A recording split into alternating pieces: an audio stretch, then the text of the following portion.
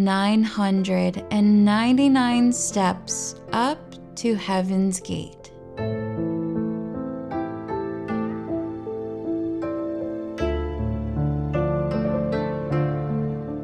Located in China's Hunan province, this natural phenomenon creates a spectacular window to the skies. While Heaven's Gate is a truly magnificent sight, it wouldn't be complete without the stairway that leads to it. In this video, we'll take you guys on our entire journey as we explore Tianmen Mountain in its entirety, from the climb up to venturing the top of the mountain itself.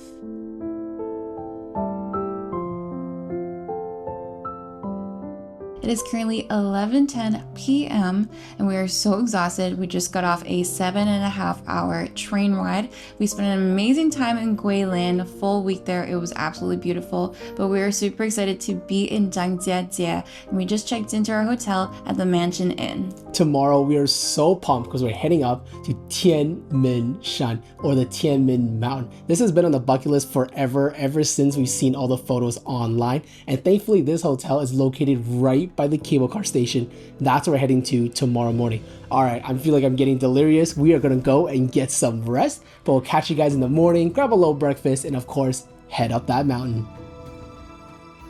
It's gonna be about 6:50 in the morning, and right underneath from the hotel, there's actually a ton of different restaurants, which is perfect for breakfast. We got a little braised beef with noodles. We got some fried eggs. Really good. Spice in the soup. Tons of noodles. I don't even know how I'm gonna finish this. I am so glad that we have this much though, because then it'll kind of sustain us for the majority of the day. Hopefully we find some food up on the mountain. All right, we're gonna scarf this down. It's gonna be 3 minutes only walking over to the cable car station, and that is gonna be our first meetup point.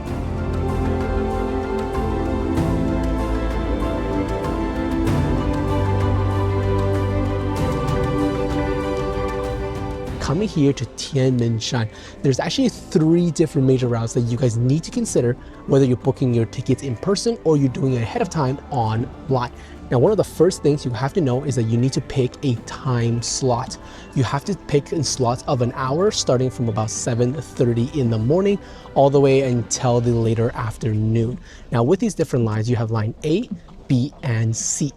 Now, all of them are kind of similar. Now, line A is you take the mountainous cable car, which is what they consider the world's longest cable car. You take that one up, you take the express cableway down, and then you take a shuttle bus, the same one that we were just on. Now, line B, the one that we're personally doing, is you do everything in reverse. You take the shuttle bus over to the express cableway up, and then we take the world's longest cable car back down. Now, the express cableway, the way it differs is that express cableway holds about 28 people. So you don't get the same kind of views. It's not the same thing as when you're taking that really glamorous cable car that everybody wants to ride. Now, finally, C is you don't get to ride the world's longest cable car whatsoever. You're taking the expressway up and you're taking the expressway down with shuttles both ways. All right, that was a lot of talking. We're here at the entrance. It looks beautiful because the sky looks absolutely amazing right now. Because one major thing to know is that coming here, if it's really cloudy or foggy, you're really not going to see much. So you want to check to make sure that it is a fairly clear day. We're about to go and hop on the express cableway. I'll see you guys up at Tianmen Shan.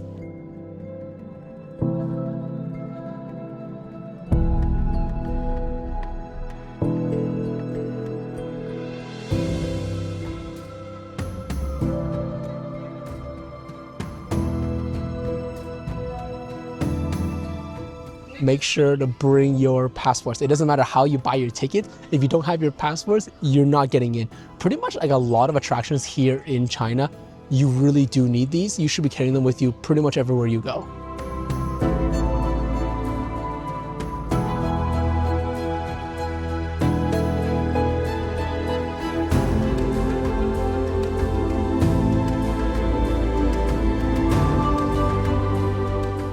We just got out the cable car. I feel like it was just way too short for us to really enjoy what was in front of us.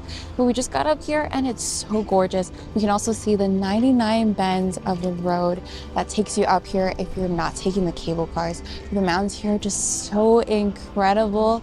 I can see why so many people just rave about Tianmen Shan.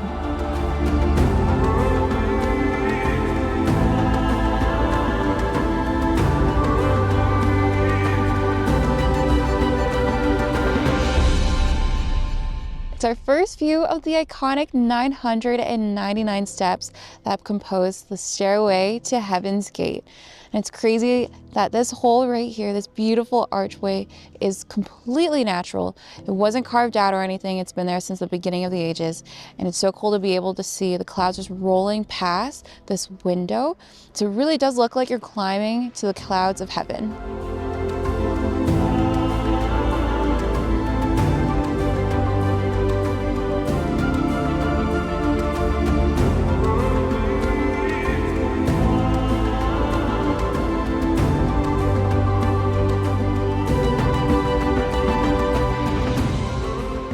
Okay, we're nearing the top. We only have maybe 1 minute left. And we are at the steepest section because towards the top, that's when the mountain gets super steep. We've got all these tall steps, but they're short in depth. And it's a little bit sketchy, especially looking down. But it's not too crazy, but definitely a leg burner. On the way up here, we didn't realize how large and how deep the arch cave actually is. And being able to see all the intricate stone is just so cool. You can see some lush greenery over the side. You can even see the very top of the archway.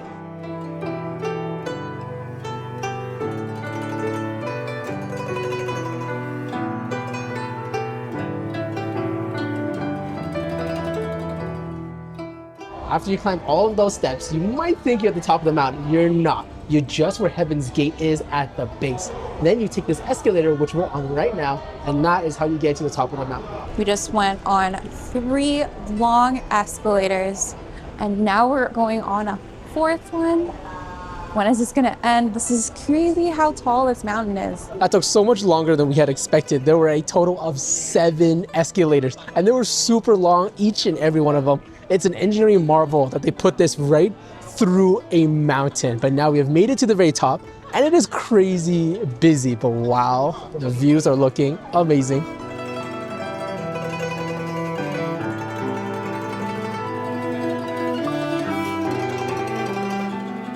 Now that we're at the top of Tianmen Mountain, it's time for us to go and explore.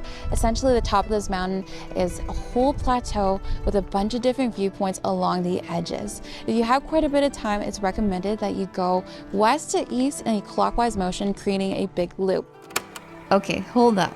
We were looking at the map a little wrong. So every time we say east, we really mean west. And every time we say west, we really mean east. Okay, back to the video. But if you're short on time, it is recommended that you do a shorter loop going on to the east portion, as there are quite a few areas to check out over there. But we're going to be starting off this way, heading west. This is going to be our first spot.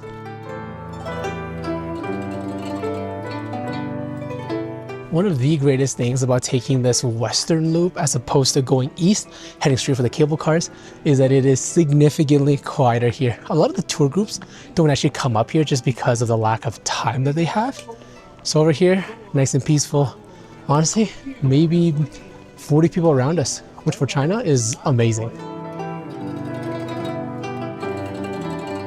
This right here is a pretty good visual of how your route might look. So right there is where you get off the escalators. If you're short on time, you essentially take the eastern route right over here along this cliff walk, and right behind this hill is the cable car where you'll ride it back down.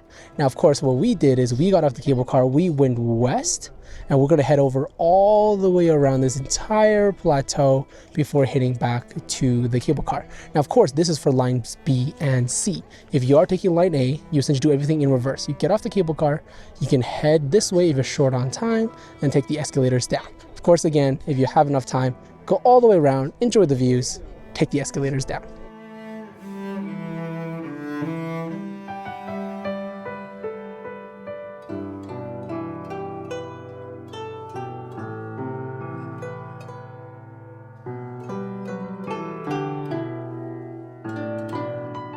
Our next activity here in Tianmen Shan is walking the glass bridge. Unfortunately, it is not free. It is 5 yuan per person.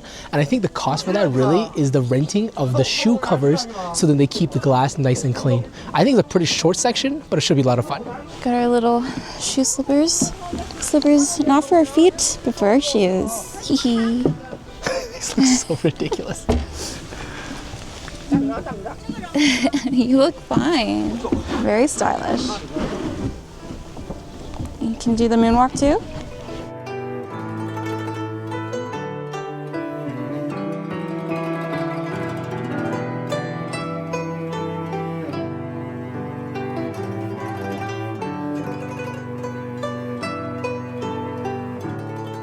We just made it to the halfway point where the west section meets the east. And just to let you guys know, we did mess up our directions before as we were looking at the map and we thought it was north at the top. But whenever we said west, we really meant east and the other way around.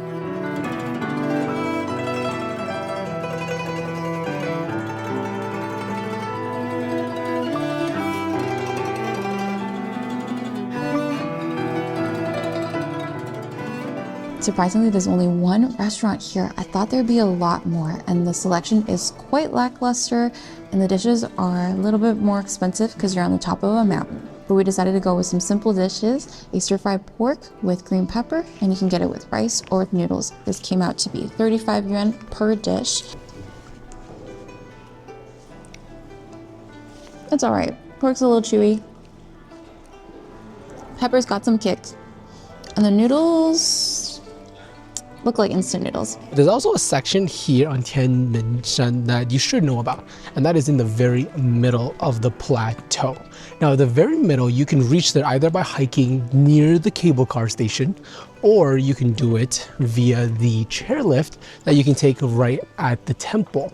Now, what we've heard is that honestly, if you're gonna visit the national forest, you know, the famous Avatar Mountains, you can pretty much skip that middle section. It's not super important, and then you can just stick to the loop, and it saves you a bit of time as well.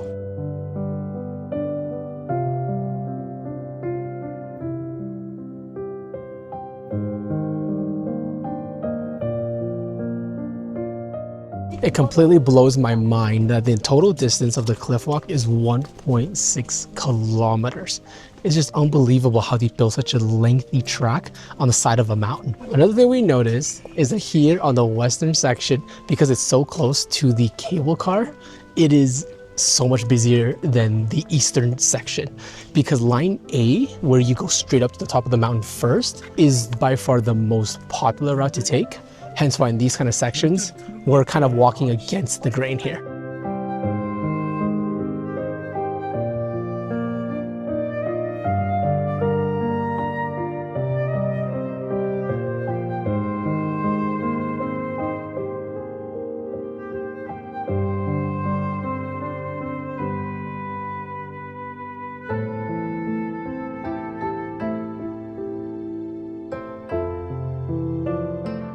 That was a really long cable car ride. It took about 25 minutes from top to bottom. Also, it was so insanely busy coming down. And what's a crazier fact is that we're not even here during a high season. We're here on a little bit of an off season technically. So I don't even want to know how long those lines are. Right now we're heading back to the hotel to grab our stuff because for the next 3 days, we're going to be exploring the rest of Zhangjiajie. We'll catch you guys in the next adventure.